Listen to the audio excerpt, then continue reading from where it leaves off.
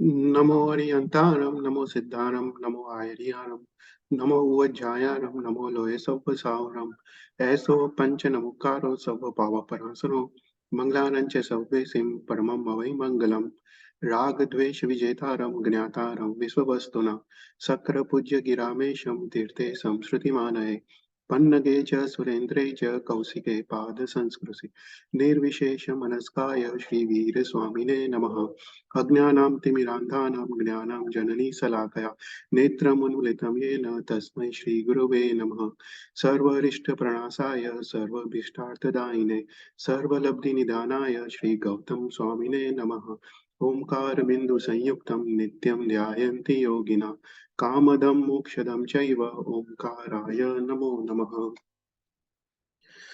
So welcome everyone. So today is I think seventh class मोटे भागे बत्तामर no तो seventh class of बत्तामर અને last time हमने गाथा नंबर 28 से गाथा नंबर 35 तक हमने देखा था. एक बार हम ब्रीफली इसका रिवाइज कर देते हैं और आज विल विल टेक 7 more गाथा. सो आज गाथा नंबर 36 से लेके 42 तक आज देखेंगे. तो हमने देखा पिछले क्लास में कि हरियन परमात्मा के 12 गुण होते हैं. तो उसमें 8 प्रतिहार्य है और 4 अतिशय है. तो हमने जैसे लोकगत सूत्र के क्लास में हमने देखा था भगवान के 4 अतिशय कौन से, पूजा अतिशय, ज्ञान अतिशय, अपायागमन अतिशय और वाचना अतिशय. तो जो भगवान के जो 12 गुण है उसमें जो 8 प्रतिहार्य है वो 8 प्रतिहार्य भी पूजनीय है क्योंकि वो भगवान के महिमा को प्रदर्शित करते हैं. तो इसलिए यहाँ पे गाथा नंबर 28 से लेके 4 गाथा में इस प्रतिहार्य का वर्णन किया गया है. तो सबसे पहला जो प्रतिहार्य है हमने देखा वो अशोक वृक्ष है. तो अशोक वृक्ष कैसा है वो गाथा नंबर 28 में बताया था. तो गाथा नंबर 28 है उच्चैर शोक थरु संस्कृत उन्मयूक महाभाति रूपममलम भवतो नितांतम स्पष्टो लसत किरण मस्त तमो वितानम बिंबम रवेरिव पयोधर पार्श्ववर्ती. तो भगवान एक समोसरण में बैठे हुए हैं और समोसरण में वो अशोक वृक्ष के नीचे बैठे हुए हैं और वो मणिमय सिंहासन पे बैठ के वो धर्म देशना दे रहे हैं. तो इसका एक भाव चित्र, इसका एक जो विजुअलाइजेशन है वो अपने सामने खड़ा कर रहे हैं आचार्य मानतुंग सूरी. तो उस समय वो कैसा चित्र था, कैसा भाव चित्र था वो हमारे सामने यहाँ पे खड़ा कर रहे हैं. तो ऐसे तो यहाँ पे कहा गया है कि ऊंचे अशोक वृक्ष के नीचे भगवान का जो देदीप्यमान शरीर है, जो किरणों वाला, उनके भगवान के शरीर से जो किरण निकल रहे हैं ऐसा देदीप्यमान शरीर है, वो भगवान का निर्मल ऐसा शरीर अशोक वृक्ष के नीचे शोभायमान है. तो इसको देख के मानो ऐसा लगता है कि जैसे मेघ के घने बादल है और मेघ के घने बादल के पास एक सूर्य है जो अंधकार को नाश करने वाला और स्पष्ट किरणों वाला जो सूर्य है ऐसा चमक रहा है. तो ऐसा हमको प्रतीत होता है. तो लास्ट क्लास में देखा कि जो जो अशोक वृक्ष है वो अशोक वृक्ष ऊंचा है, मतलब भगवान का जो शरीर है उससे 4 टाइम्स, उससे 12 टाइम्स उसका उसका हाइट होता है और वो 1 योजन विस्तार वाला होता है. तो ऐसे अशोक वृक्ष के नीचे भगवान बैठ के धर्म देशना दे रहे हैं. और अशोक वृक्ष ऐसा है कि जो इसका नाम है ऐसा ही उसका प्रॉपर्टी है, ऐसा ही उसका गुण है. मतलब जो भी इस समोसरण में जो भी जीव है, जो भी बैठे हैं, उनके शोक, संताप, आकुलता, व्याकुलता सब कुछ दूर हो जाते हैं और ये जीव अपने जो जातिगत वैर भाव है उसको भी भूल जाते हैं और वो भगवान की देशना सुन रहे हैं. तो भगवान का देदीप्यमान शरीर ऐसा अशोक वृक्ष के नीचे नीचे बैठा हुआ है, विराजमान है. और इसको देख के ऐसा लग रहा है कि जैसे मेघ के घने बादल के पास एक सूर्य है, जो वो सूर्य अंधकार को नाश करने वाला है और वो स्पष्ट किरण वाला एक सूर्य है. तो यहाँ पे मेघ के घने बादल को अशोक वृक्ष की उपमा दी गई है और सूर्य को भगवान के शरीर की उपमा दी गई है. फिर उसके बाद गाथा नंबर 29 में हमने दूसरे प्रतिहार्य के बारे में देखा. तो दूसरा प्रतिहार्य है सिंहासन. तो सिंहासन कैसा है उसका वर्णन ये 29 गाथा में किया गया है. तो 29 गाथा है सिंहासने मणिमयूख शिखा विचित्रे विभ्राजते तव वपु कनकावदातम बिंबम वियद्विलसदन सुलतावितानम तुंगो दया दृशीर सहस्त्ररश्मि। तो अभी समो शरण में भगवान अशोक वृक्ष के नीचे सिंहासन पर बैठे हैं। ये सिंहासन विविध प्रकार के मणि, विविध प्रकार के रत्नों का बना हुआ है, और इसके कारण वो रंगे बेरंगी या चित्र विचित्र दिख रहा है। और इस सिंहासन पे सुवर्ण जैसा प्रभु का शरीर विराजमान है। कनका मतलब कनकावदाता मतलब सुवर्ण जैसा, सुवर्ण जैसा प्रभु का शरीर विराजमान है। और इसको देख के कैसा लग रहा है, तो उसका भाव चित्र यहाँ पे खड़ा कर रहे हैं कि इसको देख के ऐसा लग रहा है कि जैसे मानो ऊंचे कोई मेरू पर्वत है, वो मेरू पर्वत के शिखर पे कोई सूर्य उग रहा है, और सूर्य के किरण चारों तरफ आकाश में फैल रहे हैं। तो ऐसा एक प्रकार से प्रतीत होता है। तो यहाँ पे जो मेरू पर्वत का शिखर है, उसको सिंहासन की उपमा दी गई है, और उगते हुए सूर्य को प्रभु के शरीर की उपमा दी गई है। तो हमने लास्ट टाइम देखा था कि ये सब जो गाथा है ना, वो एक ध्यान के लिए अद्भुत गाथा है। हम जब ध्यान में जाते हैं और जब समोसरण का ध्यान करते हैं, तो ये सब गाथा हम इसका उपयोग कर सकते हैं, और वो प्रकार का हमारे मानस चित्र पे, मानस पट पे ऐसा ऐसा प्रकार का हम मतलब वी कैन विजुअलाइज। तो ये काफी काफी उत्तम है ध्यान के लिए। तो लास्ट टाइम हमने देखा था कि भगवान जो ऋषभ देव है, उनका शरीर सुवर्ण जैसा है। तो 16 तीर्थंकर है, इसमें 16 तीर्थंकर का शरीर सुवर्ण जैसा है। फिर सुविधिनाथ भगवान है, चंद्रप्रभु स्वामी है, उनका शरीर श्वेत है, व्हाइट है। फिर मुनि सूरत स्वामी है और नेमिनाथ भगवान है, उनका शरीर श्याम है। फिर उसके बाद पद्म प्रभु स्वामी है, और वासुपूज्य स्वामी है, उनका शरीर लाल है। और पार्श्वनाथ भगवान और मल्लीनाथ का शरीर नीला है, ग्रीनिश है।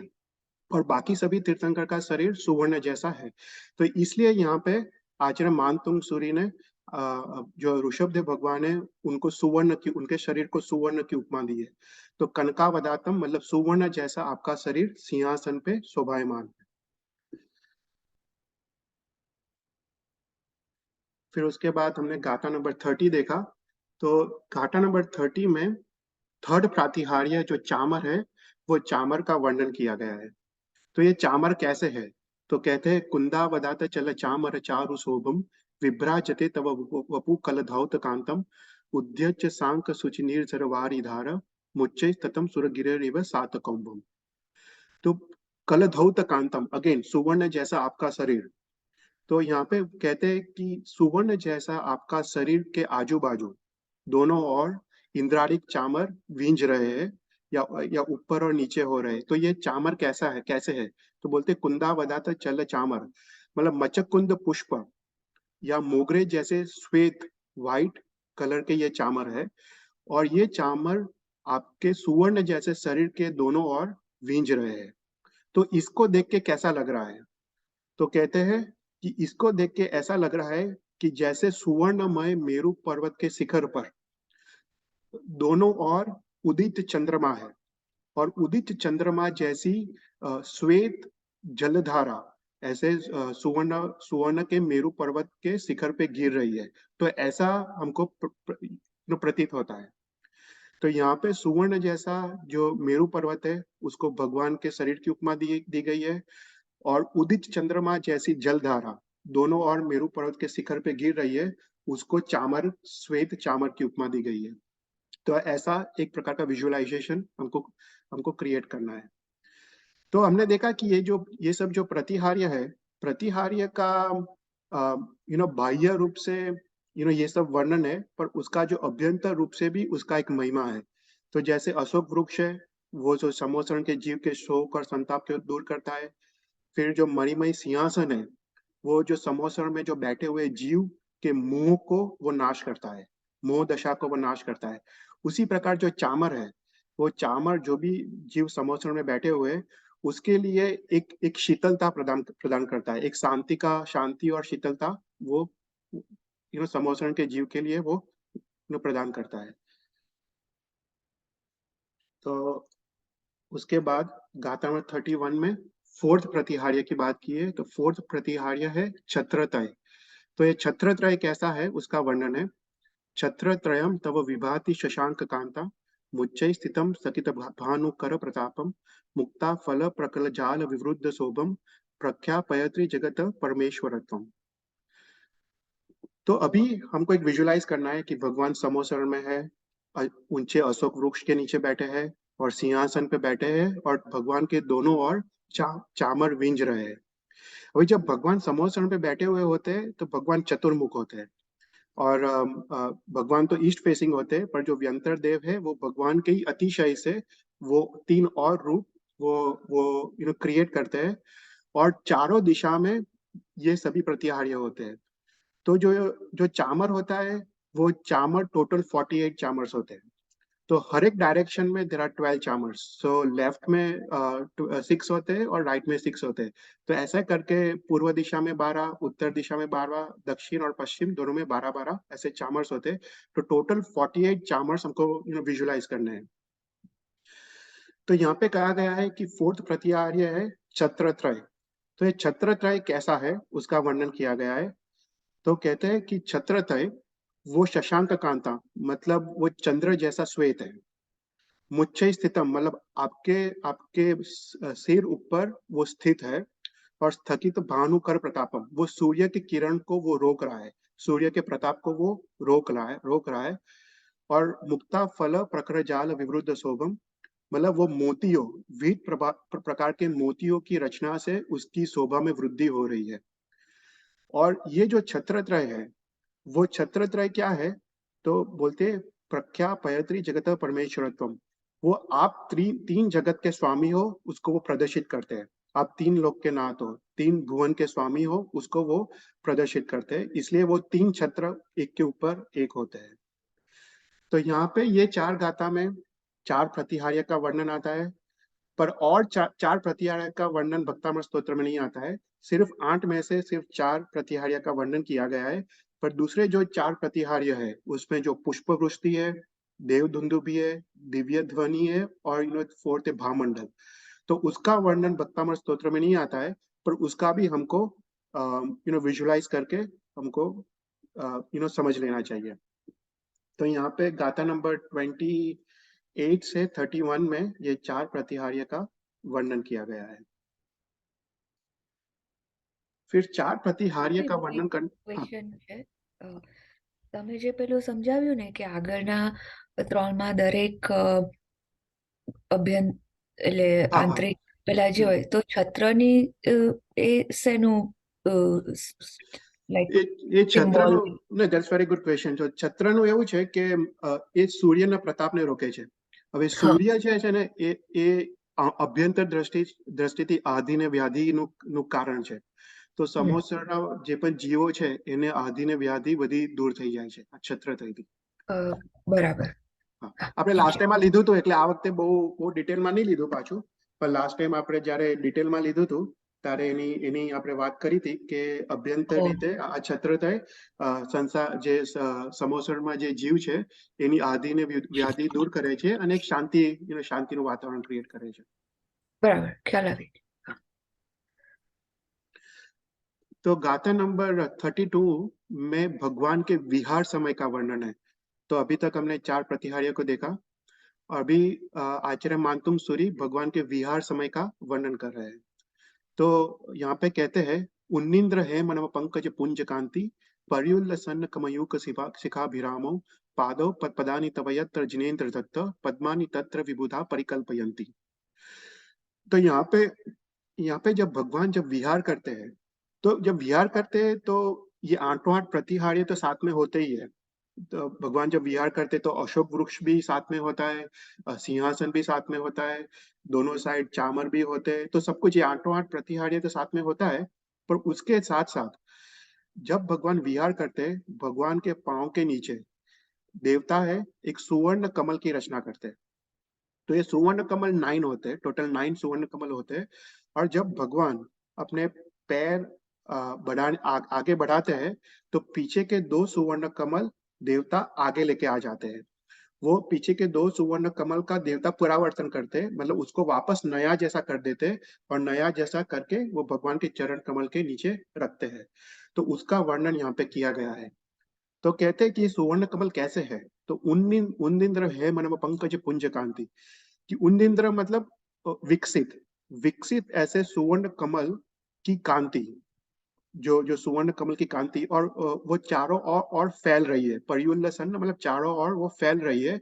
और उसके साथ नख, भगवान के जो नख है, नख नख के जो किरण है, अभी जो इफ यू विजुअलाइज राइट, जो सुवर्ण कमल है उसके उसके जो किरण है वो येलोइश है, और भगवान के जो जो नख के किरण है वो रेडिश है। तो वो दोनों का मिश्रण होता है, और एक एक प्रकार का चित्र विचित्र काइंड ऑफ एनवायरमेंट क्रिएट करता है। तो बोलते हैं पर्युल्लसन कमयूक शिखाभिरामो, कि भगवान के नख के किरणों की श्रेणी, श्रेणी की किरणों से जो जो कांति निकल रही है, और उसके साथ साथ जो सुवर्ण कमल की कांति निकल रही है, वो एक साथ मिश्रित होके वो एक चित्र और विचित्र वातावरण क्रिएट करती है। और कहते हैं कि पादो पदानी तव यत्र जिनेन्द्र दत्त पद्मानी तत्र विभुता परिकल्पयंती, कि जहां जब भगवान भगवान के पैर पड़ते हैं वहां पे देवेंद्र ये सुवर्ण कमल की रचना करते हैं। तो लास्ट टाइम देखा था कि ये सुवर्ण कमल की रचना क्यों करते हैं। तो यहाँ पे जो देवता है, देवता जगत के सर्व जीवों को एक संदेश देना चाहते हैं कि अगर हम भगवान भगवान के चरण कमल के नीचे एक सुवर्ण कमल की रचना करते हैं, तो वो भगवान के महिमा को प्रदर्शित करता है, और वो एक संदेश देता है कि जगत के सर्व जीवों को भगवान के चरण कमल का आश्रय लेना चाहिए, और तभी इस संसार से मुक्ति मिल सकती है। तो इस प्रकार का वो संदेश देना चाहते हैं। और दूसरा एक एक और रहस्य है कि जो कमल होता है ना, वो कमल एक निर्लेपता का प्रतीक है, राइट। वो कादव में होता है, पर वो कादव से भिन्न भिन्न रहता है।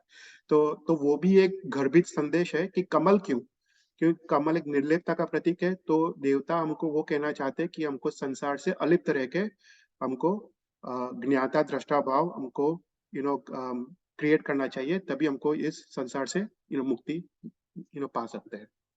तो इस प्रकार का गर्भित संदेश यहाँ पे देते हैं। फिर इसके बाद गाथा नंबर 33, इत्थम यथा तव विभुधिर भुज धर्मोपदेश न विदो न तथा परस्य यादृक प्रभा दिनकृत प्रहांधकारा तादृक कुतो गणस्य विकाशिनोपि। तो यहाँ पे एक मतलब वो समराइज कर रहे हैं।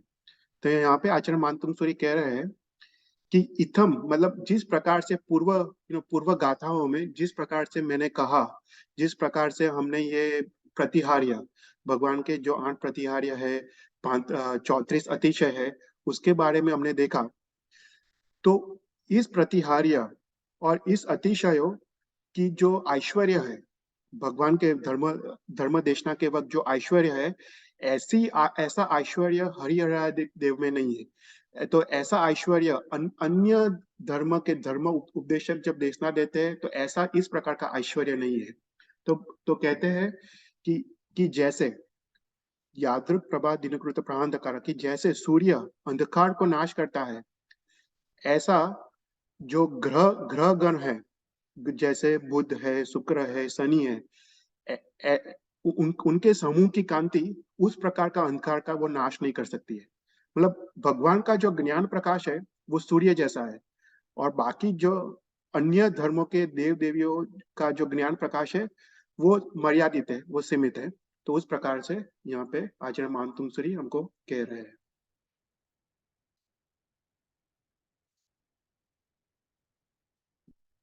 तो यहाँ तक गाथा नंबर 33 तक हमने प्रतिहार्य और भगवान के ऐश्वर्य और भगवान के अतिशय के बारे में यहाँ पे वर्णन आता है। फिर अभी गाथा नंबर 34 से लेके गाथा नंबर 40, आई थिंक 42 या 43 तक अभी भय के बारे में बात की बात करते हैं। तो अपने वहाँ 7 प्रकार के भय है, और हम हमने लघु शांति स्तोत्र में देखा था, सलिला नल विश्व विश्वधर दुस्तकर राज अरोगण भय था। तो ऐसे 7 प्रकार के भय का वर्णन आता है। यहाँ पे भक्तामर स्तोत्र में 9 प्रकार के भय का यहाँ पे वर्णन किया गया है। तो भगवान का नाम स्मरण करते हैं तो ये सभी प्रकार के भय का नाश होता है, और हमको जीवन में निर्भयता की प्राप्ति होती है। तो जिसको भी जो भी प्रकार का भय हो तो उसके लिए वो पर्टिकुलर गाथा का उसको पठन करना चाहिए। तो गाथा नंबर 34 में हाथी के भय की बात की गई है। तो गाथा नंबर 34 में कहते हैं, श्योतन मदा विलो विलो श्योतन मदा विल विलोलक पोल मूल मत भ्रमण भ्रमणनाद विवृद्ध कोपम ऐरावता भमि बमुद्ध तमापतंतम दृष्ट्वा भयम भवतिनो भोदाश्रितानाम। तो ये भी गाथा हमने लास्ट टाइम देखी थी, हम अभी सिर्फ रिवाइज कर रहे हैं। तो यहाँ पे कहते हैं कि भगवान का नाम स्मरण, नमो जीराणम जिय भयानम, राइट, भगवान को नमस्कार, वो सभी प्रकार के भय का नाश करते हैं। तो यहाँ पे ये हाथी का भय, ये हाथी कैसा है? तो बोलते हैं कि हाथी के गंध स्थल से मद झड़ रहा है, और इस मद को पीने के लिए भ्रमर आए हुए हैं, उन्मत्त उन्मत्त ऐसे भ्रमर आए हुए हैं, और भ्रमर की झंकार, उसके जो आवाज है उसकी झंकार से हाथी कोपायमान हुआ है, वो क्रोधित हुआ है।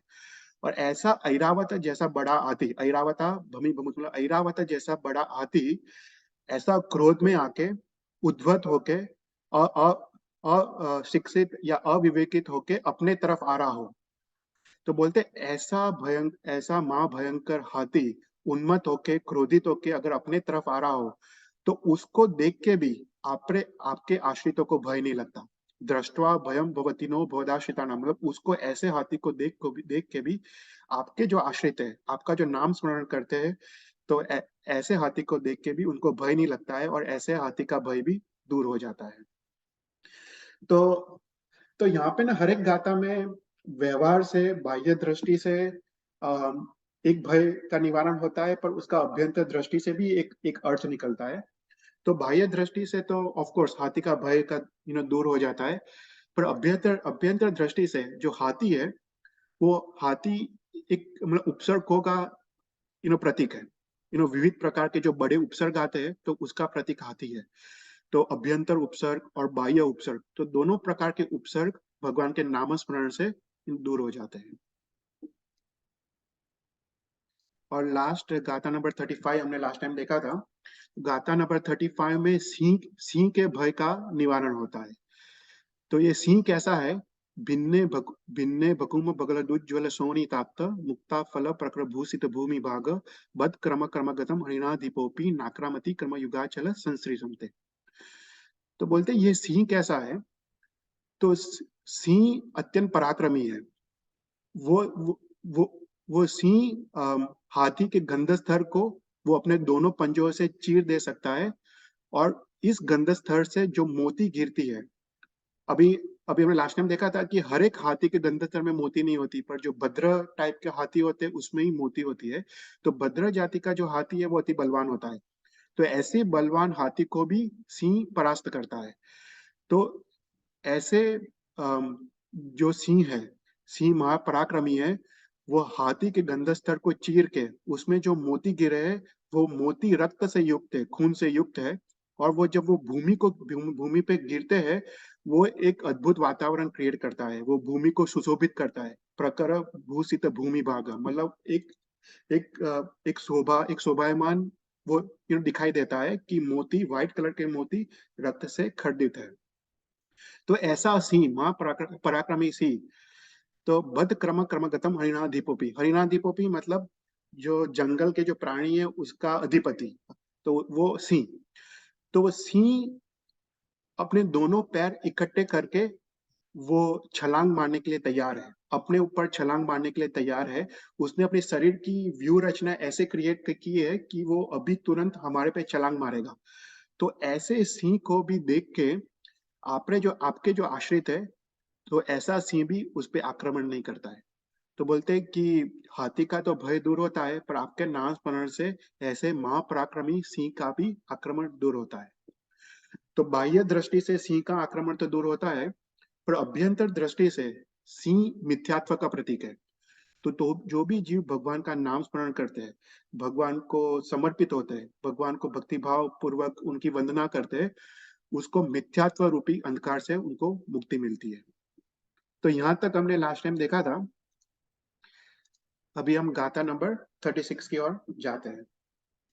तो गाथा नंबर 36 है, कल्पांत काल पवनोध्वत वन्नी कल्पम दावानलम ज्वलितमुज्ज्वलमुत्फुल्लिंगम विश्वम जिगत्सुमिव सम्मुखमापतंतम त्वन्नाम कीर्तन जलम समयस्य सेतम। तो ये गाथा में अग्नि के भय की बात की है। तो बोलते ये अग्नि कैसा है? तो बोलते कल्पांत काल, मतलब जब युग का अंत आता है, राइट, ये जब युग का अंत आता है तो कल्पांत काल पवनो ध्वत वन्य कल्पम। तो कल्पांत काल में, इस युग के अंत में महाभयंकर पवन चल रहा है, और इस महाभयंकर पवन से उग्र, जो अग्नि की ज्वाला उग्र बनी है। तो कल्पांत काल पवनो ध्वत वन्य कल्पम। तो इस युग के अंत में जब महाभयंकर पवन चलता है, जब ये सभी सभी युग का विनाश होता है, तब ऐसे महाभयंकर पवन से अग्नि की ज्वाला उग्र बनी है। दावानल दावानलम ज्वलित मुत्फुल्लिंगम, मतलब इस अग्नि की ज्वाला ने दावानल का एक रूप धारण किया है, और वो ऊंचे आकाश की तरफ उड़ रही है। और उसके जो जो अग्नि है, जो अग्नि के जो तणकले है, वो चारों ओर फैल रहे हैं। ज्वलित मुत्फुल्लिंगम, मतलब वो चारों ओर, वो चारों दिशा में वो फैल रहे हैं। विश्वम जिगत्सुमिव सम्मुखमापतंतम, मतलब वो पूरे विश्व को अपनी लपेट में लेने के लिए तैयारी में है। वो अग्नि की ज्वाला ऐसी है कि पूरे विश्व को अपने अपने लपेट में लेके वो इतना मतलब अग्रसर हुई है।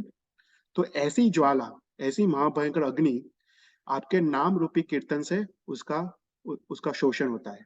तो हम नाम कीर्तन जलम समयस्य शेषम, मतलब ऐसी महाभयंकर अग्नि का उपद्रव आपके नाम रूपी कीर्तन से वो शांत हो जाता है। तो यहाँ पे अम,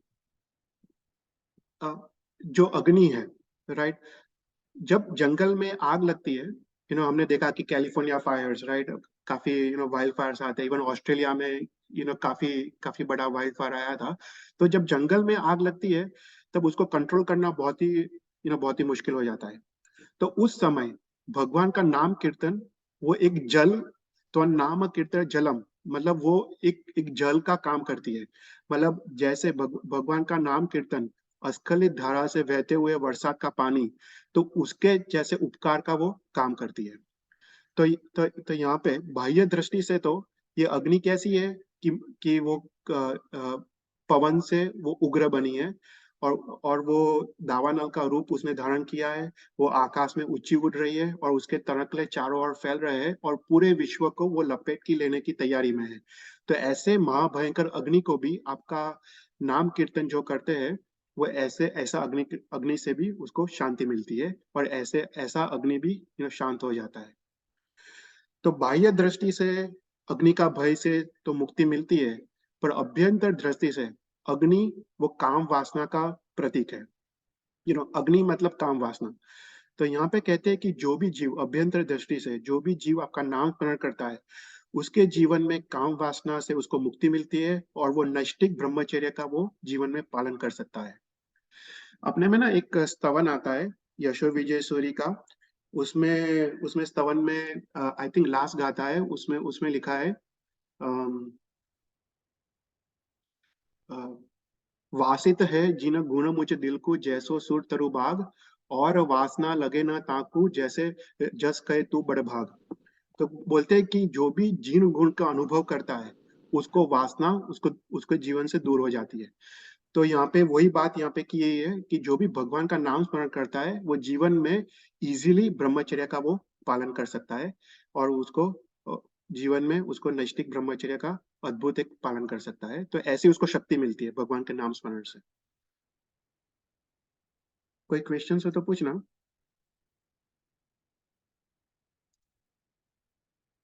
फिर गाथा नंबर 37। रक्ते शनम समद कोकिल कंठ नीलम, क्रोधवत्वतम फरिनमुत्फनमापतंतम, आक्रामति क्रमयुगेन निरस्त संक स्वं नाम नाम नागदमनी हृदय यश्य पुंसा। तो हमने हाथी के भय के बारे में देखा, सिंह के भय के बारे में देखा, फिर अग्नि के भय के बारे में देखा। अभी गाथा नंबर 37 में सर्प के भय का वर्णन किया गया है। तो ये सर्प कैसा है उसका वर्णन है। तो बोलते हैं रक्ते शनम, मतलब लाल आंखों वाला, अत्यंत लाल आंखों वाला। समद कोकिल कंठ नीलम, मतलब उद्वत, ऐसा जो जो कोयल है, उसका जो कंठ है वो श्याम वर्ण का होता है, कोयल का कंठ वो श्याम होता है। तो ऐसे श्याम वर्ण रंग वाला ऐसा सर्प है। क्रोधोद्वतम मतलब क्रोध से उद्यत है, मतलब अत्यंत क्रोधित है। फरीन मुतफर महापतंतम मतलब जिसने अपनी फना ऊंची की हो, मतलब वो डंस मारने के लिए तैयार है। और ऐसा सर्प अपने तरफ आ रहा हो, तो बोलते हैं कि ऐसा महाभयंकर सर्प जब अपने तरफ आ रहा हो, तो त्वम ना नाम नागदमनी हृदय पुंस मतलब जो भी पुरुष, पुंस मतलब पुरुष, जो भी पुरुष आपके नाम रूपी नागदमनी को धारण करता है। नागदमनी वो ऐसी जड़ी बूटी है, ऐसी जड़ी बूटी है जिससे पूर्व काल में सर्प को वश में किया जाता था। तो बोलते हैं कि जो भी पुरुष आपके नाम रूपी नागदमनी को धारण करता है, तो वो पुरुष आक्रामती कर्म युगेन निरस्त संक वो निर्भय होके, निसंक होके ऐसे सर्प को अपने पांव से छू के आगे बढ़ जा सकता है। कर्म युगेन मतलब अपने पांव से ऐसे सर्प को छू के वो आगे बढ़ जा सकता है। तो अभी जो हमारे जो 7 प्रकार के भय है ना, उसमें सर्प का भय एक, उसको महाभय की उपमा दी गई है। सबको जनरली मोस्ट ऑफ सभी पब्लिक को एक सर्प का भय होता है। और उसमें भी काले नाग का भय काफी काफी लोग को होता है, क्योंकि काला नाग ऐसा है कि वो डंस मारता है तो वहां पे उसका जीव का मृत्यु हो जाता है। तो ऐसे काले नाग का यहाँ पे वर्णन किया गया है। तो ये नाग कैसा है कि जिसकी आंखें लाल है, वो काले रंग कोयल के कंठ जैसे काले रंग वाला है, क्रोध से उद्वत है और वो डंस मारने के लिए तैयार है। तो ऐसे सर्प को देख के भी जो आपके जो आश्रित है, आपका जो नाम स्मरण करते हैं, वो निसंक होके, निर्भय होके ऐसे सर्प को पांव से छू के वो आगे जा सकते हैं। तो यहाँ पे ऐसे सर्प का तो सामना करना तो दूर की बात है, पर पांव से तो छूना तो अत्यंत कठिन है, क्योंकि जैसे ही हम सर्प को पांव से छूते हैं तो उसको आघात होता है और तुरंत वो दंश मारता है। तो यहाँ पे कहा गया है कि ऐसे महाभयंकर सर्प को भी जो भी आपका नाम स्मरण करता है, वो पांव से भी छू के वो आगे बढ़ जा सकता है निर्भय होके, और वो सर्प कुछ नहीं कर सकता है उसका। तो यहाँ पे बाह्य दृष्टि से सर्प के भय का तो निवारण होता है, मुक्ति मिलती है। पर अभ्यंतर दृष्टि से सर्प किसका प्रतीक है, किसको पता है? सर्प किसका प्रतीक है अभ्यंतर दृष्टि से? अपने में एक सज्जाई भी आता है। લાઈક દંભ અને ખોટું કરવું એવું हम्म, બધું. क्रोध, ના સચ્ચાઈમાં છે. क्रोध। हम बोलते हैं ना कड़वा फल છે क्रोध ना ज्ञानी એમ बोले, બરાબર કડવા ફળ છે.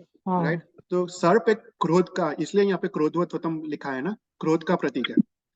तो तो तो क्रोध ऐसा कषाय है, तुम जितना भी तप करो, ये सज्जा में लिखा है, राइट? तुम जितना भी तप करो, अगर वो तप के वक्त तुमको क्रोध आए, तो वो तप ऑलमोस्ट जीरो हो जाता है उसका वैल्यू। तो એમાં છે ક્રોધે ક્રોડ પુરવો તણુ સંજમ ફળ જાય.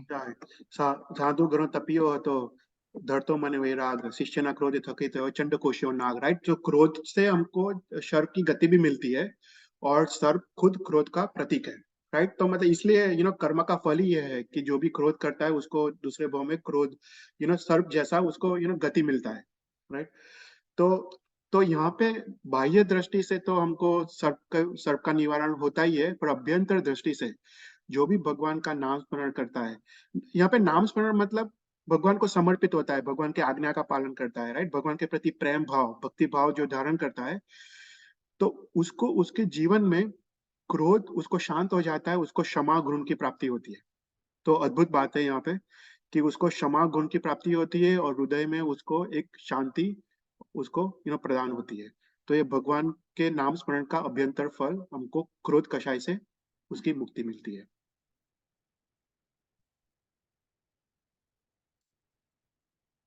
फिर गाथा नंबर 38। वल्गत्तु रंग गजगर्जित भीम दाद, माजौ बलम बलवतामी भूपति नाम, उद्यत दिवाकर मयूक सिका पवित्रम, त्वत् कीर्त नाम इवासु विधामुपैति। तो गाथा नंबर 38 में यहाँ पे युद्ध युद्ध के भय का वर्णन किया गया है। तो हमने देखा पहला कौन सा था, हाथी के भय, राइट? फिर सिंह का भय, अग्नि का भय, उसके बाद सर्प का भय। अभी गाथा नंबर 38 में युद्ध का भय, संग्राम का भय का वर्णन किया गया है। तो युद्ध के भय के बारे में दो गाथा है, गाथा नंबर 38 है और गाथा नंबर 39। तो दो गाथा यहाँ पे आचार्य मानतुम सूरी ने यहाँ पे क्रिएट की है। तो युद्ध कैसा है? माजो, माजो मतलब युद्ध। तो ये युद्ध कैसा है? बोलते हैं वल्गत्तु रंग, मतलब इस युद्ध में घोड़े भाग रहे हैं, काफी घोड़े हैं, असंख्य घोड़े हैं, और ये असंख्य घोड़े भाग रहे हैं, मतलब वल्गत्तु रंग। गज गर्जित, मतलब हाथियों की गर्जना सुनाई दे रही है। और भीमनाद, मतलब जो वीर है, जो योद्धा है, वो भीमनाद, सीनाद, मतलब ऊंची ऊंची आवाजें करके वो आगे बढ़ रहे हैं, मारो कापो ऐसी करके, ऐसे डिफरेंट टाइप्स ऑफ आवाज करके वो आगे बढ़ रहे हैं। और ऐसा महाभयंकर युद्ध है जिसमें इतनी आवाजें आ रही है। और बलम बलवतामी भूपति नामा, इसमें जो बलवान शत्रु का सैन्य है, अत्यंत बलवान शत्रु राजा का ऐसा सैन्य है। तो कहते हैं उद्यत दिवाकर मयूक सिका पविद्यम। तो बोलते कि जैसे उदित सूर्य अंधकार का नाश करता है, ऐसे ही आपका नाम का कीर्तन ऐसे बलवान शत्रु के सैन्य को परास्त करता है, ऐसे बलवान शत्रु के सैन्य को प्रभाव करता है। तो ये भगवान के नाम कीर्तन का ये फल है। तो जनरली जब बाढ़ के शत्रु का आक्रमण होता है, तो उसको ना पर चक्र भय बोलते हैं, अपने शास्त्र में उसको पर चक्र भय कहते हैं।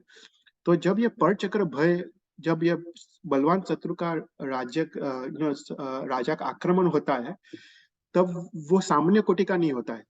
उसमें असंख्य घोड़े होते हैं, असंख्य हाथी होते हैं, और विशाल सैन्य होता है। और ऐसे विशाल सैन्य में जब अपने देश पे आक्रमण होता है, तो काफी बड़ा नुकसान होता है।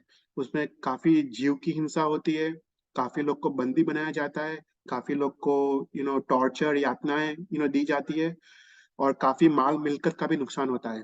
तो ऐसे बलवान शत्रु के सैन्य के सामने हमको हमको अपने आप को प्रोटेक्ट करना ही अपना उचित धर्म है, राइट।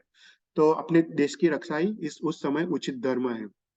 तो बोलते हैं ऐसे बलवान शत्रु का जब आक्रमण होता है, तो उसमें असंख्य घोड़े भाग रहे हैं, असंख्य हाथियों की गर्जना हो रही है, और वीरों और योद्धा मारो कापो ऐसे आवाजें करके आगे बढ़ रहे हैं। तो उस समय ऐसे शत्रु का सामना करना अत्यंत मुश्किल है। उसमें तो काफी लोग युद्ध छोड़ के भाग जाते हैं, राइट। और जो कायर होते हैं वो तो युद्ध छोड़ के भाग जाते हैं। तो उस समय भगवान का नाम स्मरण, जैसे उदित सूर्य अंधकार का नाश करता है, ऐसे ही भगवान का नाम स्मरण ऐसे बलवान शत्रु का वो प्रभाव करता है। अ, अपने शास्त्र में आता है, राइट, श्री कृष्ण और जरासंध का युद्ध। तो श्री कृष्ण काफी बार हार गए थे जरासंध से, इसलिए उसको रणछोड़ कहते थे, राइट। वो रन छोड़ के भाग जाते थे, क्योंकि जरासंध अत्यंत बलवान था, अत्यंत स्ट्रांग था।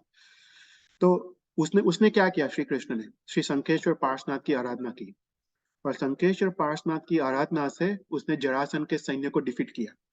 तो अपने में तो ये उदाहरण है कि बाह्य दृष्टि से तो बलवान शत्रु का सैन्य को परास्त कर सकते हैं, राइट। तो ऐसा ऐसा श्री कृष्ण ने नेमिनाथ भगवान के कहने से उसने जरासंध से उन्हें शंखेश्वर पार्श्वनाथ के अट्टम तप की आराधना करके उसने जरासंध को उसने डिफीट किया।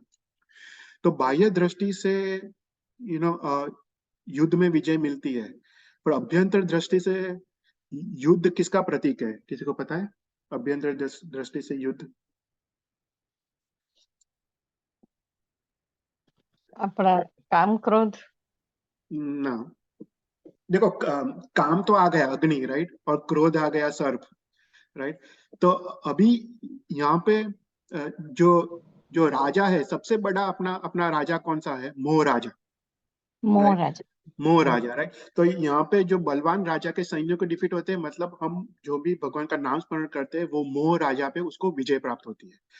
तो जो अपना जो सबसे बड़ा जो प्रॉब्लम है वो मोह है, राइट। अपने जो कषाय में जो सबसे बड़ा जो प्रॉब्लम है वो मोह है, संसार के प्रति जो मोह। तो उससे हमको मुक्ति मिलती है। और इसी में अपना एक शांतिनाथ भगवान का एक स्तवन है, अगेन यशो विजय महाराज साहब का। उसमें लास्ट गाथा में आता है, जिन गुण अनुभव चंद्रहास जो, सो तो रहे न रहे म्यान में, वाचक यश कहे मोह मारी जीत लियो मैदान में। अद्भुत अद्भुत स्तवन है अपने पुराने। तो उसमें उसमें कहते हैं यशो विजय महाराज साहब कि जो भी प्रभु गुण का अनुभव करते हैं, मतलब जो भी भगवान के समर्पित होते हैं, वो इस संसार रूपी बैटल में, इस मैदान में, संसार रूपी बैटल में वो मोह राजा से उसको जीत मिलती है, राइट। तो अभ्यंतर दृष्टि से हमको भगवान का नाम स्मरण से हमको मोह का हमको विनाश होता है।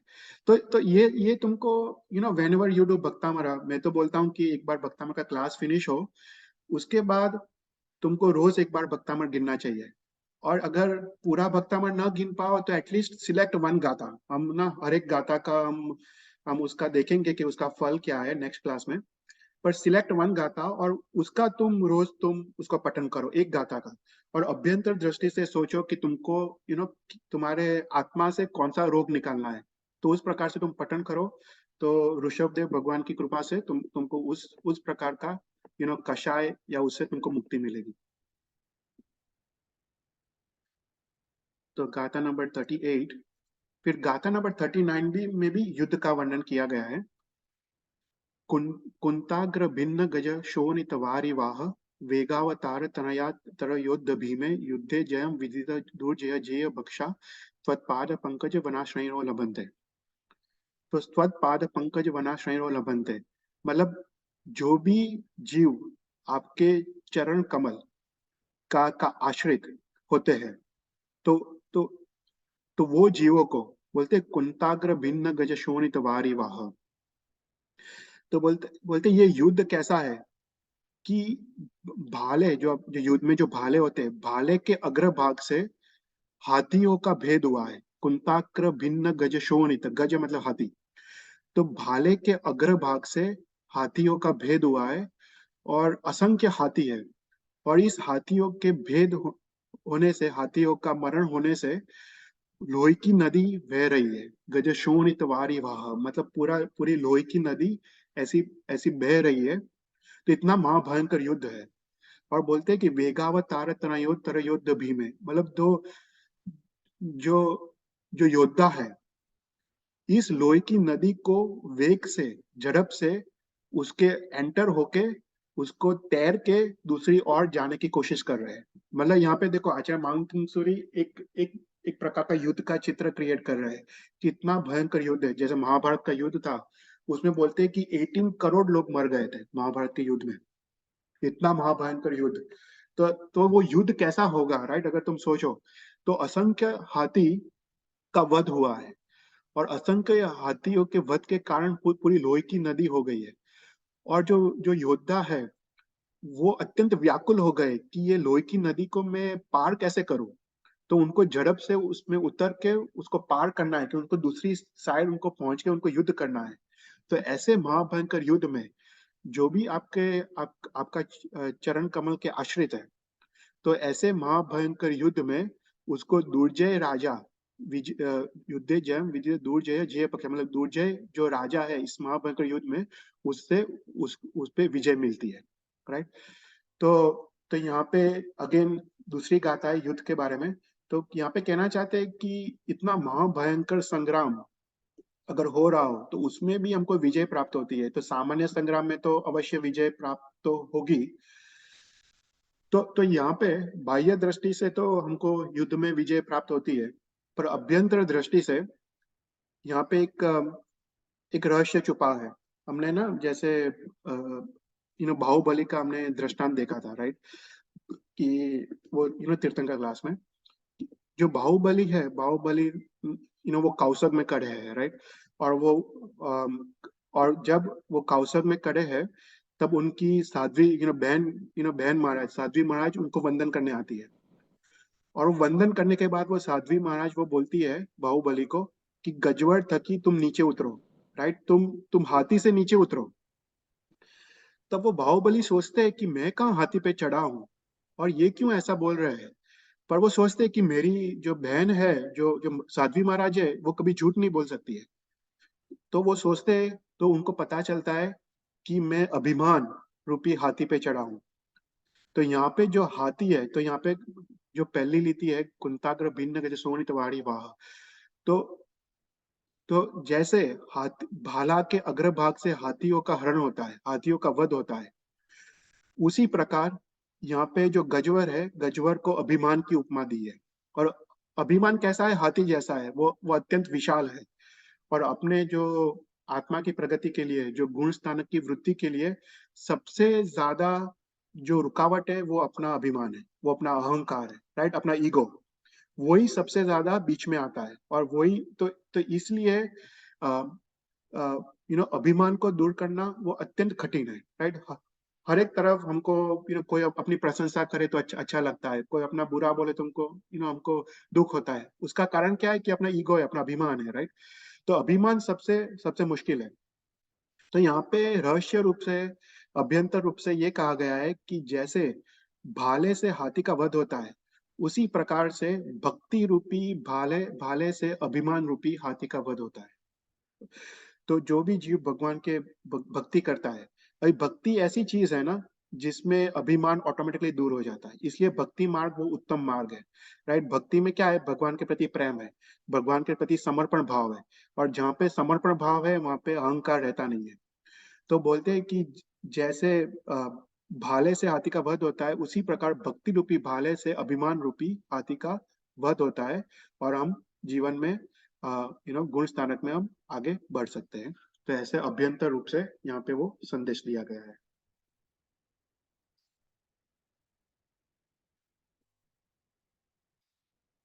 फिर गाथा नंबर 40। तो अभी तक कौन से भयों की बात की? हाथी, राइट। उपसर्ग हमको दोनों याद रखने का, बाह्य और अभ्यंतर। तो उपसर्ग रूपी हाथी, मिथ्यात्व रूपी सिंह, फिर काम वासना रूपी अग्नि, फिर क्रोध रूपी सर्प, फिर मोह रूपी राजा, और अभिमान रूपी हाथी, राइट। तो इस प्रकार से बाह्य और अभ्यंतर भय से मुक्ति मिलती है। अभी गाथा नंबर 40। अंभो निदो सुपित भीषण नक्र चक्र, पाटीन पीठ भयदो लरवाड वाग्नव, रंग तरंग शिखर स्थित यान पात्रा, स्त्रासम विहाय भवत स्मरणाद व्रजंती। तो यहाँ पे गाथा नंबर 40 में जल के भय, किसी को पानी का भय हो, समुद्र का भय हो, तो उससे उस वो भय से उसको मुक्ति मिलती है। तो अंभो निदो मतलब समुद्र। तो ये समुद्र कैसा है उसका वर्णन किया गया है। शुभित भीषण नक्र चक्र मतलब समुद्र में क्षोभ हुआ है। क्षोभ होने के कारण वेव्स जो है, जो समुद्र के मोजे है, वो ऊपर उछल रहे हैं। भीषण नक्र चक्र मतलब इस समुद्र में भयंकर मगरमच्छ से भरा हुआ है। और जैसे मोजे ऊपर उछल रहे हैं, उसके साथ साथ वो मगरमच्छ भी उसके साथ ऊंचे उछल रहे हैं। और पाटीन और पीठ मतलब इस समुद्र में पाटीन और पीठ जाति के मत्स्य है। वो पाटीन और पीठ ने वो बहुत बड़े और महाभयंकर मत्स्य होते थे। तो पाटीन और पीठ जाति के मत्स्य इस समुद्र में है। और भयदो दर वाड वाग्नो मतलब भयंकर वदवानल, मतलब जो साइक्लोन होता है, जो सी में जो स्टॉर्म्स आते हैं, वो वडवानल वो उत्पन्न हुआ है। तो ऐसा महाभयंकर समुद्र है। तो बोलते हैं रंग तरंग शिखर स्थित यान पात्रा। तो ऐसे जो वेव्स जो ऊपर उछल रहे हैं, उस वेव्स के अग्रभाग मतलब शिखर मतलब अग्रभाग पे यात्रिकों का वाहन है। जो जो शिप है वो इस वेव्स के अग्रभाग में है। और इस वाहन में अंदर यात्रिक है। और वो यात्रिक भय से भयभीत है कि वो कब समुद्र में वो मर जाएंगे। तो ऐसे महाभयंकर स्थिति में स्त्रास्तम व्याय भवता स्मरणात् व्रजंती मतलब जो भी आपका स्मरण करता है, वो ऐसे ऐसे यात्रिक अपने इच्छित स्थान, अपने अपने जहाँ पे उनको पहुंचना हो, वो स्थान पे वो निशंक होके वो पहुंच जाते हैं। तो यहाँ पे बताया गया है कि जनरली पहले जमाने में क्या होता है कि जब मुसाफरी करते थे, एक शहर से दूसरे शहर जाते थे, एक देश से दूसरे देश, तो वो समुद्र से जाते थे। और समुद्र में काफी बार काफी मुश्किल आती थी और काफी लोग मर भी जाते थे। तो बोलते हैं कि ऐसा इस प्रकार का मुसाफिर निकले हैं। और मुसाफिर को ऐसा एक महाभयंकर मुश्किल ही आई है कि जिसमें समुद्र का क्षोभ हुआ है, ऊंचे तरंगे उछल रहे हैं, उसके साथ मगरमच्छ भी है, मगरमच्छ भी ऊपर उछल रहे हैं, पाठीन और पीठ जाति के मत्स्य है, और भयंकर बदवानल पैदा हुआ है। और ऐसे ऊंचे वेव्स के ऊपर यात्रिकों का वाहन है, और वो डोलायमान हो रहा है, और वो यात्रिक भय से भयभीत है। और उस समय जो यात्रिक आपका स्मरण करता है, ऋषभदेव भगवान का स्मरण करता है, तो वो निश्चिंत होके अपने स्थान पे वो पहुंच जाते हैं। राइट। तो यहाँ पे वो समुद्र के भय के बारे में बताया गया है। तो इस गाथा में समुद्र को किसकी उपमा, अभ्यंतर रूप में किसकी उपमा होती है समुद्र को?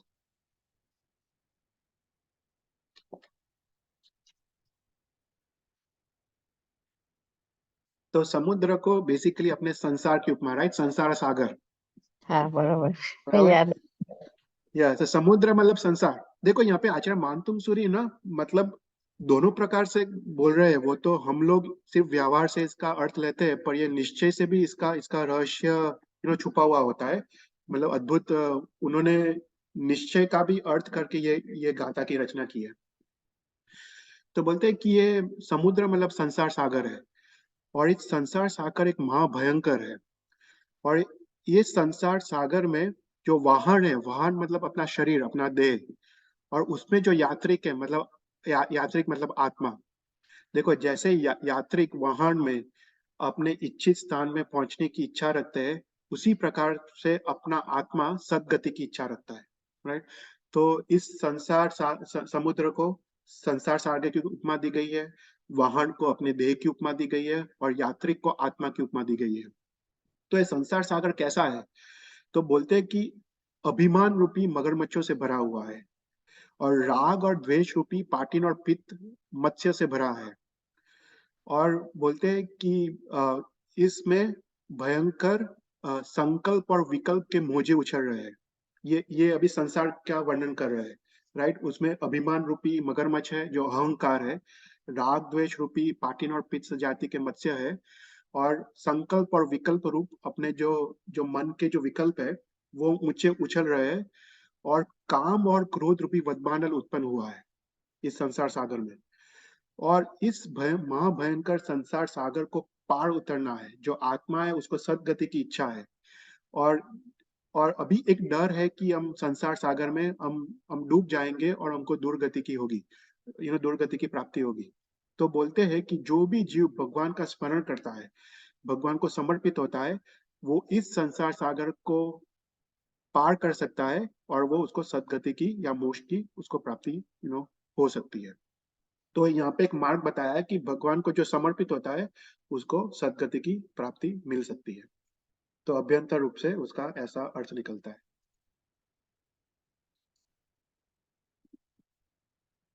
फिर गाथा नंबर 41। उद्भूत भीषण जलोदर भार भुग्ना शोष्याम दशाम उपगता सुत जीवितासा त्वत्पाद पंकज वनाश्रयिनो लभंत त्वत्पाद पंकज पंकज जरो मृत दिग्ध देहा मर्त्या भवंती मकरज त्वज तुल्य रूपा। तो यहाँ पे गाथा नंबर 41 में रोग के भय की बात की है। राइट। एक रोग का भय भी काफी लोग को होता है, लोगों को जनरली होता है, राइट, कि कोई बड़ा रोग ना उत्पन्न हो जाए बॉडी में। तो एक रोग का भय भी एक महाभयों में उसकी उसकी गिनती होती है। तो कहते हैं उद्भूत भीषण मतलब उत्पन्न हुआ है, भीषण मतलब महाभयंकर, जलोदर, जलोदर नाम का रोग, और उसके कारण भार भुगना, उसके कारण पूरा शरीर टूट गया है। और इन्हें पहले जमाने में ना ये जलोदर नाम का रोग होता था। ये जलोदर रोग ऐसा है जिसमें पेट में पानी भर जाता है, और उसके कारण वो पेट की वृद्धि होती है, और उसके कारण अपना अपना जो शरीर का भार एकदम इंक्रीज हो जाता है, और उसके कारण पूरा शरीर टूट जाता है, और उसमें कमर भी टूट जाती है। तो जलोदर रोग एक महाभयंकर रोगों में उसमें उसकी गिनती होती है। तो यहाँ पे कहते हैं कि उत्पन्न हुआ है ऐसा महाभयंकर जलोदर रोग, और जिसके कारण जिसका पूरा शरीर टूट गया है। स्योताम दशाम उपगता शुत जीवितासा, कि वो जीव ने उसने वो शोक दशा को प्राप्त किया है। शोच्याम मतलब शोक, शोक दशा को प्राप्त किया है। वो अत्यंत दुखी और दीनहीन हो गया है, और उसको अभी जीने की कोई भी इच्छा नहीं है, उसको मात्र अभी मरने की इच्छा है। तो बोलते कि ऐसा जब रोग उत्पन्न होता है, तो बोलते त्वत्पाद पंकज वनाश रजो मृत दिग्ध देहा, मतलब आपके चरण रूपी रज को जो भी जीव अपने शरीर पे लगाता है, वो कामदेव जैसा वो सुंदर, उसका शरीर सुंदर और मनोहर हो जाता है। मर्त्या भवंती मकरज तुल्य रूपा, मतलब कामदेव जैसा उसका शरीर सुंदर और मनोहर हो जाता है। तो यहाँ पे एक रोग के भय का बात किया है।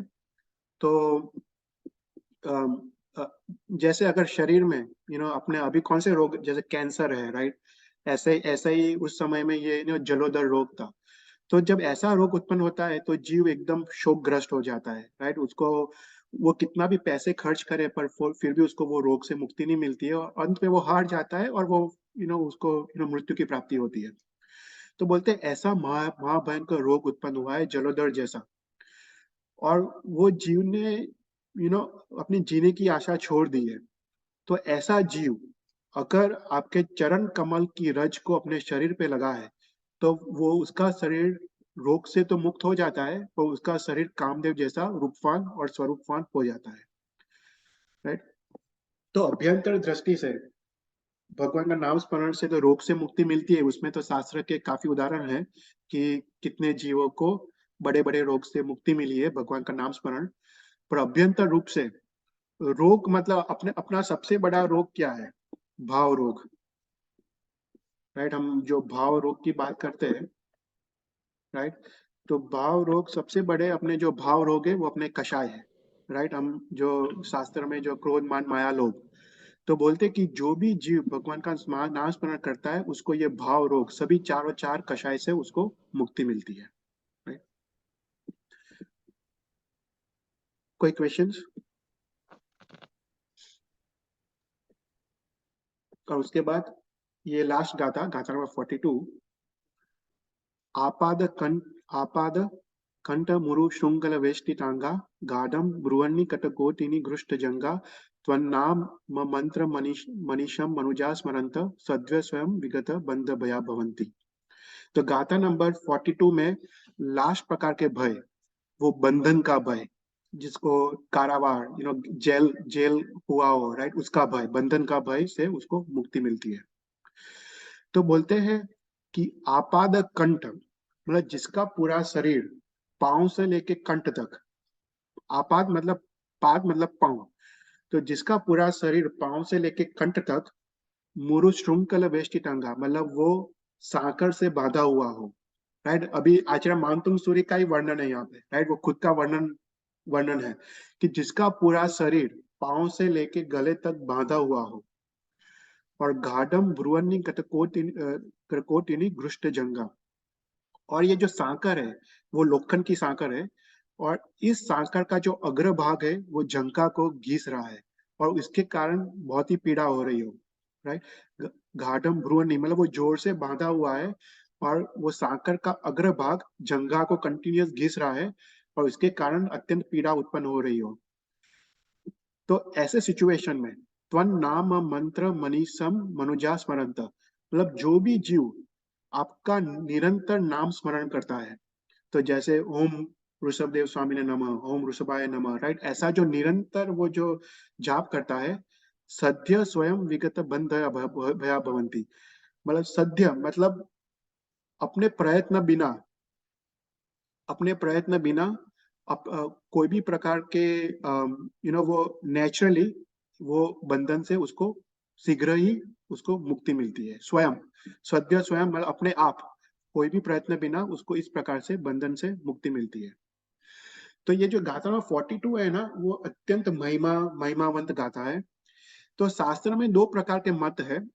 एक प्रकार का मत ऐसा है कि आचार्य मानतुंग सूरी ने वो कारावास में बंद थे, और उसका पूरा शरीर बेड़ियों से बंधा हुआ है। और एक मत ऐसा है कि उनको उनको 42 ताले लगाए थे वो बेड़ियों में, और जब ये गाथा नंबर 42 की रचना की तब अंतिम ताला वो खुल जाता है। तो एक मत ऐसा है, दूसरा मत ऐसा है कि 44 ताले थे, और उसमें 42 में 42 ताला खुलता है, और जब लास्ट 44 गाथा की रचना होती है तो 44 ताला खुलता है।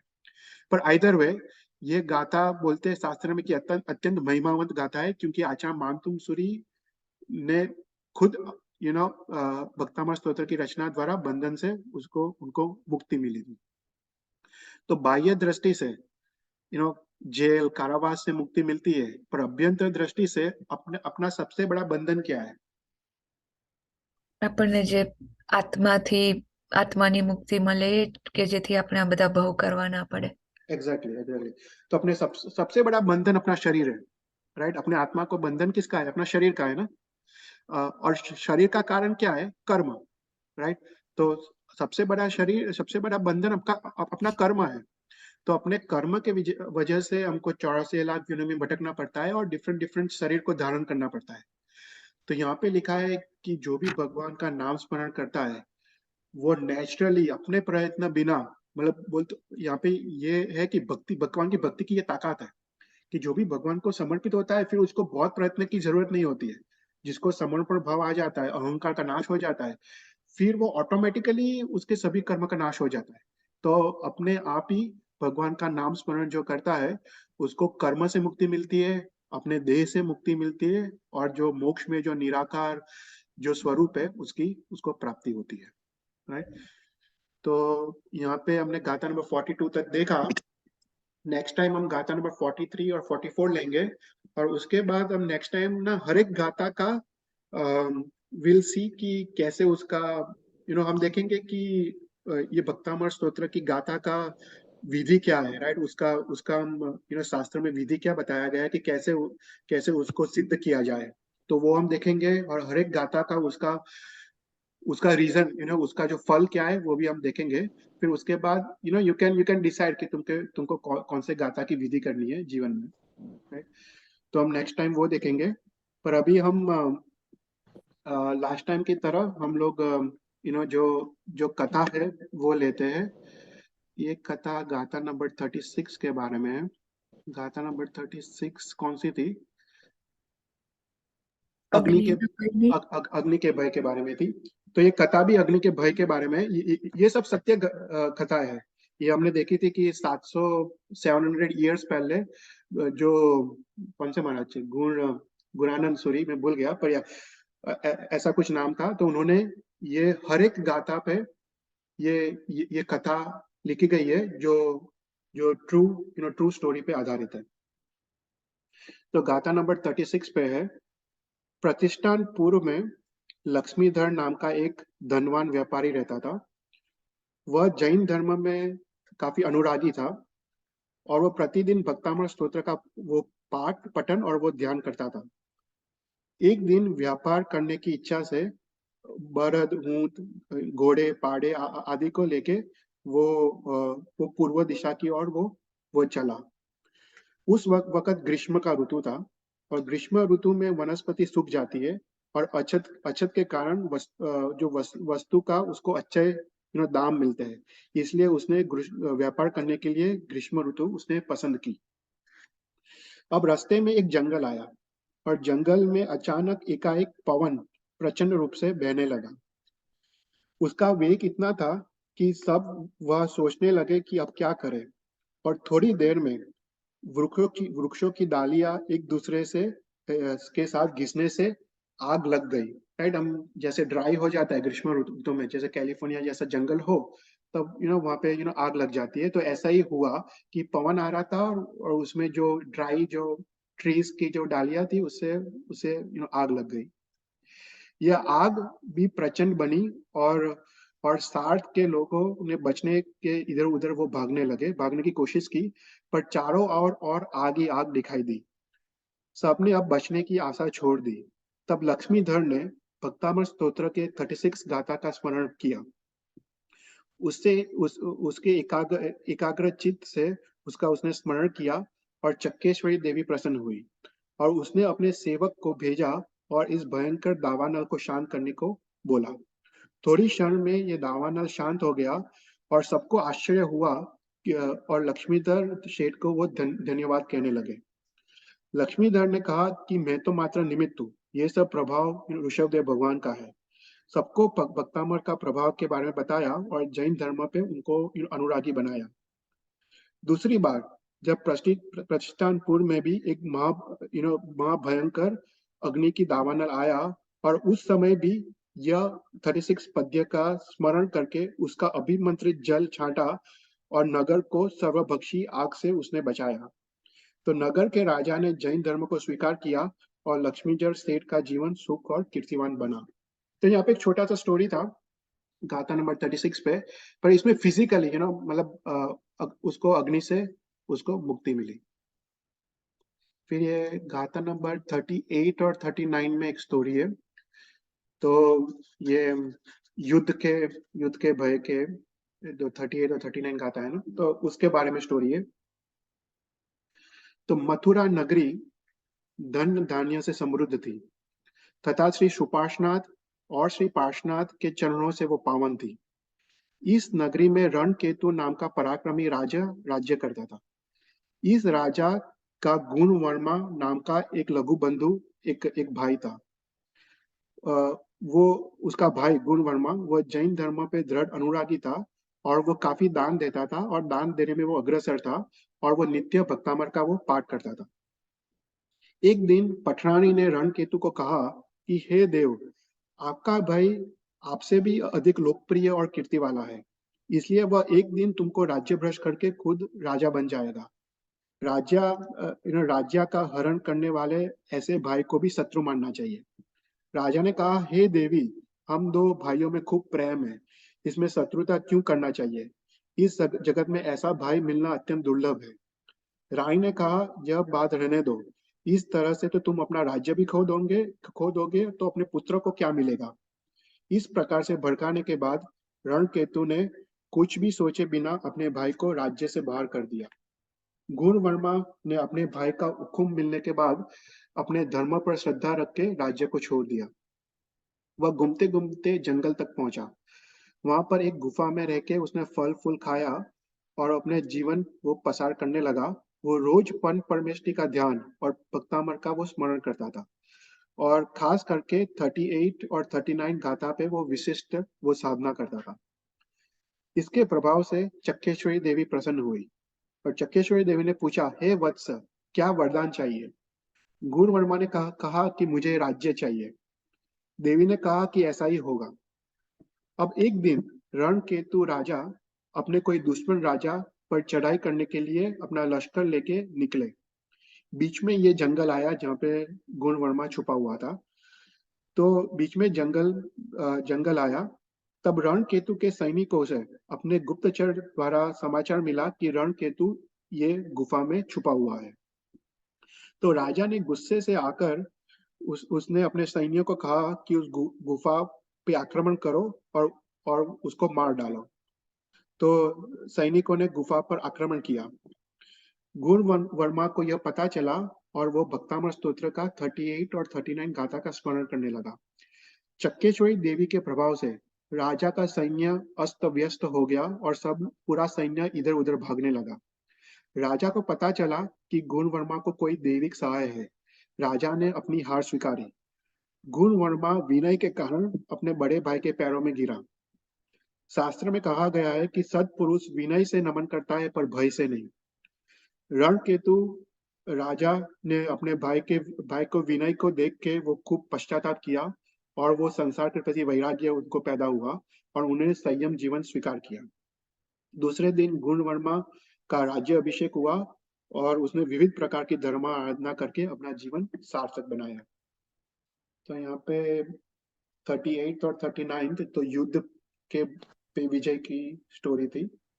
और लास्ट हम गाथा नंबर 42 की लेते हैं, जो बंधन। ऐसे तो हर एक गाथा में है पर मैंने थोड़ी सिलेक्ट की है। और गाथा नंबर 42 में बंधन के भय। तो अजमेर में दिल्ली के बादशाह जलाउद्दीन खिलजी ने अपने नीमा हुआ सूबा हुकूमत चलाता था। अजमेर में, दिल्ली की बात है। अजमेर के आसपास के गांव राजपूत रणपाल के हाथ में थे। रणपाल दयालु था और वो दानेश्वरी था। वह एक बार जैन मुनि के सहवास में आया, तब वह जैन धर्म पे अनुरागी बना। उसने वह मुनि के पास से पंच परमेष्टि मंत्र तथा भक्तामर स्तोत्र सीखा और वो नित्य वो पठन करता था।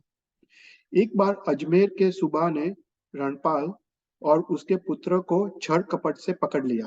राइट, वो मुस्लिम राजा ऐसा ही करते थे पहले। तो रणपाल को छल कपट, उसके पुत्र को छल कपट से पकड़ लिया और दिल्ली के बादशाह जलाउद्दीन खिलजी के पास उसको ले आया गया। वहां पर सुबह ने उस पर गलत आक्षेप लगाए और बादशाह ने रणपाल और उसके पुत्रों को कारागार में बंद कर दिया और हाथ पर लोखंड की जंजीर से उसको जकड़ दिया गया।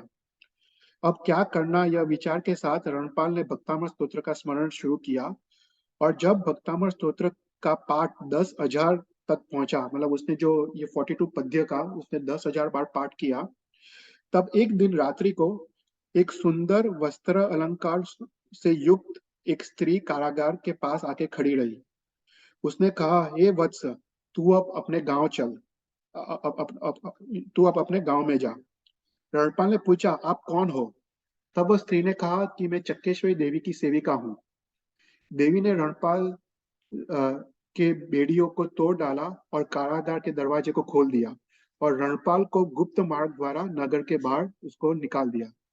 फिर रणपाल ने अजमेर प्रदेश को छोड़ के चित्तौड़ में उसने वसवाट किया, क्योंकि अजमेर में उसको जोखम था, और उसने अपना पूरा जीवन सुख और शांति से उसने पसार किया। तो ये तो 800 ईयर्स पहले की स्टोरी है, राइट, जलाउद्दीन खिलजी की। तो उस समय की बात है। पर या तो यहाँ पे मतलब हम अपना क्लास खत्म करते हैं। कोई भी क्वेश्चंस हो तो you can ask. Thank you, Chaital bhai. Thank you very much. Very nice. कोई क्वेश्चंस?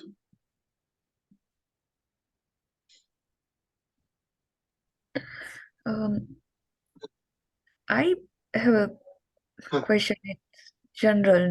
આ બધી ગાથા માટે નહીં, પણ આપણે કાયમ જે વાત કરતા હોય ને બધા કસાય વિશે, રાઈટ, ક્રોધ, માન, તો એમાં જે મોહ અને લોભ હોય તો આપણે કહીએ સંસારનો મોહ, પણ ઇટ્સ મોર ઓફ લાઈક જવાબદારી, રાઈટ? અને સેમ વે લોભ હોય તો it's more like insecurity, not. ના, એટલે છે ને, મતલબ it's a very good question. એટલે આમાં શું છે કે લોભ, રાઈટ, લોભ કે મોહ. લોભ એટલે આપણે જનરલી પૈસાનો લોભ, રાઈટ, પ્રોપર્ટીનો લોભ. પણ how do you major the લોભ, રાઈટ? મતલબ ધેટ ઇઝ, હવે ક્રોધ તો સિમ્પલ છે ટુ અન્ડરસ્ટેન્ડ. ક્રોધ કે આપણે ક્રોધ આવે તો છે, પણ લોભ is something that you cannot really major. તમને પોતાને ખબર ના હોય તમને કેટલો લોભ છે. હવે છે ને, લોભની ક્યારે ખબર પડે? જ્યારે તમારી જોડે જે વસ્તુ હોય એ વસ્તુ જતી રહે તમારી. when you lose something, ત્યારે આ કસાયની તમને ખ્યાલ આવે. this is kind of a test for you. For example, કોઈ જોડે કોઈએ તમારે વિશ્વાસઘાત કર્યો અને 10 લાખ રૂપિયા લઈ લીધા, રાઈટ? તમને કેટલું દુઃખ થાય છે? so that is a measurement of લોભ કસાય. એટલે જો તમને એ વખતે તમે કર્મ પર ભરોસો હોય, કારણ કે આ તો મારા જમાના જ હતા, કોઈ પૂર્વ ભાવના કર્મનો ઉદય હતો, પાપનો ઉદય, એટલે પૈસા ગયા, એ જીવ પ્રત્યે તમને દ્વેષ પણ ના આવે, રાઈટ? તો તમને માનવું કે તમારો લોભ કસાય એકદમ ઓછો છે. પણ તમને આખો મહિનાઓ સુધી દ્વેષ આવે, મહિનાઓ સુધી તમે હાય હોય કરો, તો that means you have lots of લોભ. This is your measurement. કારણ કે લોભ કસાય ઇઝ વેરી ડિફિકલ્ટ ટુ જજ. અને જ્યારે નુકસાન થાય ત્યારે જ આપણે ખબર પડે કે આપણે જોડે કેટલો લોભ છે. પૈસા તમને ખબર ના પડે, અને જ્યારે પૈસા જતા રહે ને ત્યારે આપણને ખબર પડે કે કેટલો લોભ છે, રાઈટ? એટલે મેઇન વસ્તુ એ છે કે આ જ વસ્તુ શીખવાની છે, રાઈટ? કે બધું મળે છે પુણ્ય કર્મથી, જાય છે પાપ કર્મથી. અને ભગવાન પર વિશ્વાસ હોય, આપણા કર્મ પર વિશ્વાસ હોય, તો પછી કોઈ દ્વેષ, બુદ્ધિ કે દુઃખ ઉત્પન્ન ના થવું જોઈએ આનાથી. That's your test, right? એ જ કશાય છે ને, ધેટ ઇઝ કશાય. બરાબર, થેન્ક યુ.